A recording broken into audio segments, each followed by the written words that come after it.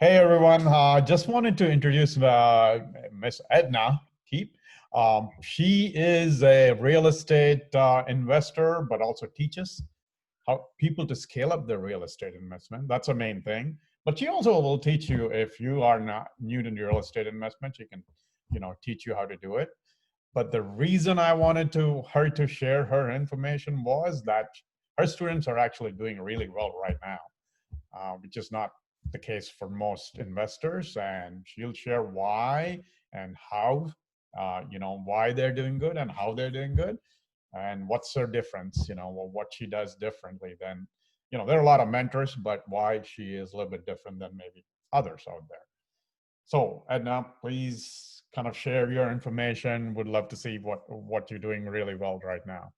Sure, sounds good. Thank you so much, Raju. What I'm finding is we spend a lot of time on mindset. Even though I teach real estate, I'm a big proponent that mindset's 95% of your success. So we spend a lot of time on that. And a lot of people are very fearful right now. They're sitting on the sidelines. They don't want to do anything. They're worried about COVID-19 and how it's going to affect the rest of the world. And, I agree that we should be cognizant of that for sure, but it shouldn't hold you back from doing anything. I think what we'll find now is that we will get some bargains, and mostly from distressed people who can't think their way through this. They think it's the end of the world. It's like a crisis that they can't do anything with, and et cetera, et cetera. So I'm already starting to see that there's some deals coming up that are just absolutely amazing. And you know what? My students are choosing to move forward on that. Real estate's a long-term game, and if you can get deals when the market's down or when the market's in crisis or when the seller's in crisis, and the seller crisis could be anything from death in the family to illness, divorce, downsizing. Maybe they lost their job. There's so many different distresses that people can have, and if you can find those deals, those are the best deals to buy, because that's where you're going to get your best bargain. Just for an example, recently a student of mine, and this was before the crisis actually, even this was in December, closed on a building. She got 90% vendor financing. But what happened was the couple were in a nursing home. They physically could not look after their building and their tenants anymore.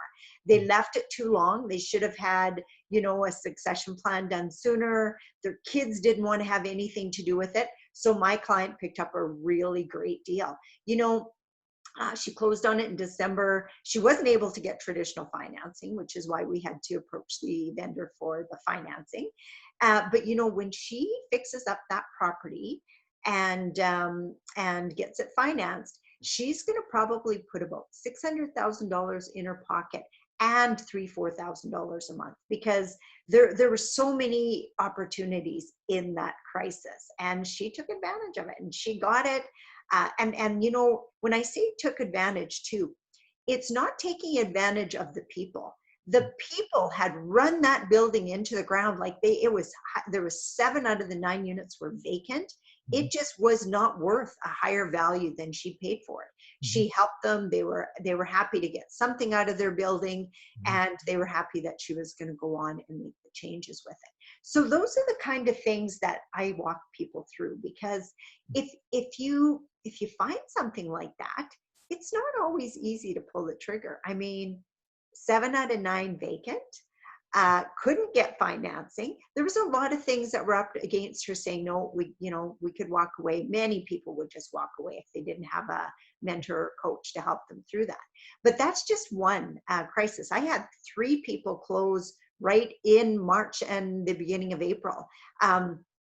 They weren't affected by COVID. The properties have maintained their full occupancy. They got the financing they were looking for. In some cases, they had vendor financing in place, and then it was replaced by regular financing. Another client of mine is working on a foreclosure right now, and again, it was another crisis brought on before COVID-19. But there's crises out there all the time. And you have to have the mindset to take those crises on and make them into a home run. You don't just find a good deal, you create a good deal. Awesome. Two things, right? I just wanted one, could you explain to people who might not be familiar with vendor financing, how that works? Sure. Second is, great. That's a great segue to what the mindset thing. The bigger problem you solve, the more money you make. That's excellent. Way to exactly what you're saying. Yeah, I completely agree. But yeah, please do explain for people who might not be familiar with vendor financing what that is and how do because that's your specialization. One of your specialization is that. That's one of our specializations. We get vendor financing on so many of our deals. Vendor financing is seller financing. Mhm. So first of all, a seller is a great person to help finance your property. Why? Well, because they're already predisposed to real estate. They already love real estate in most cases. Mhm. Lots of the ones are, they're getting out of it because they're retired or, death, divorce, downsizing, all that kind of stuff. It's not because they no longer believe in real estate. So they had a vision for that building beforehand, and that vision doesn't go away just because they are no longer the ones that are managing it. So they're predisposed investors for you. And that's why lots of times people will leave part of their money in the building when they sell it to you. And what a lot of people do wrong, and I'm not going to get into all my secrets, is they ask too soon for that vendor take back. And I've had actually one of my student success stories. She just closed on a 12-unit building in Saskatoon, and she got vendor financing, a really nice lump sum vendor financing on it. And after she closed on the building, I do a Zoom call like this, and I do their success story and how they found it, how they negotiated it, all that kind of stuff. And then we send it out to our audience, and a bunch of our audience said, wow, Amanda, how did you do that? You know what? I talked to that seller and they would not even talk about a vendor take back. And so I know that our system works. And what they do is they go in and they start letting people know that they have no money. They probably never closed a deal before, and they want them to finance their deal and stay on. So there's so many things that they do wrong. I've even had students of mine when they come on board said, I know you talk about vendor financing all the time, but I've never, ever been able to get it. It's like they close the door as soon as I ask. You're asking too soon. So that's a real key factor. And you have to know what the benefits are for them. Not just think of the benefits for you, but the benefits for them as well. Because sometimes you have to sell the vendor on it or the seller on it. And in the case of Amanda, she got to know the sellers, and she actually found out that back in the day when they bought that building, which was like 20, 25 years ago, I think in the 80s, when interest rates were really, really high, they actually got full vendor financing from their seller, but didn't understand the terminology she initially used. Got it. So it's interesting. You got to get to know your seller. Our best deals come to us too privately, not through realtors and such like that. Because with realtors, lots of times there's one-off. You can't have those conversations with these Right. people. And the other thing is owners don't want their tenants disturbed. They don't want a big sign planted in their ground in front of their building saying for sale, because then tenants start getting nervous and they start, moving and all that kind of stuff. So there's a few reasons why multifamilies don't often get through MLS or through the realtor system.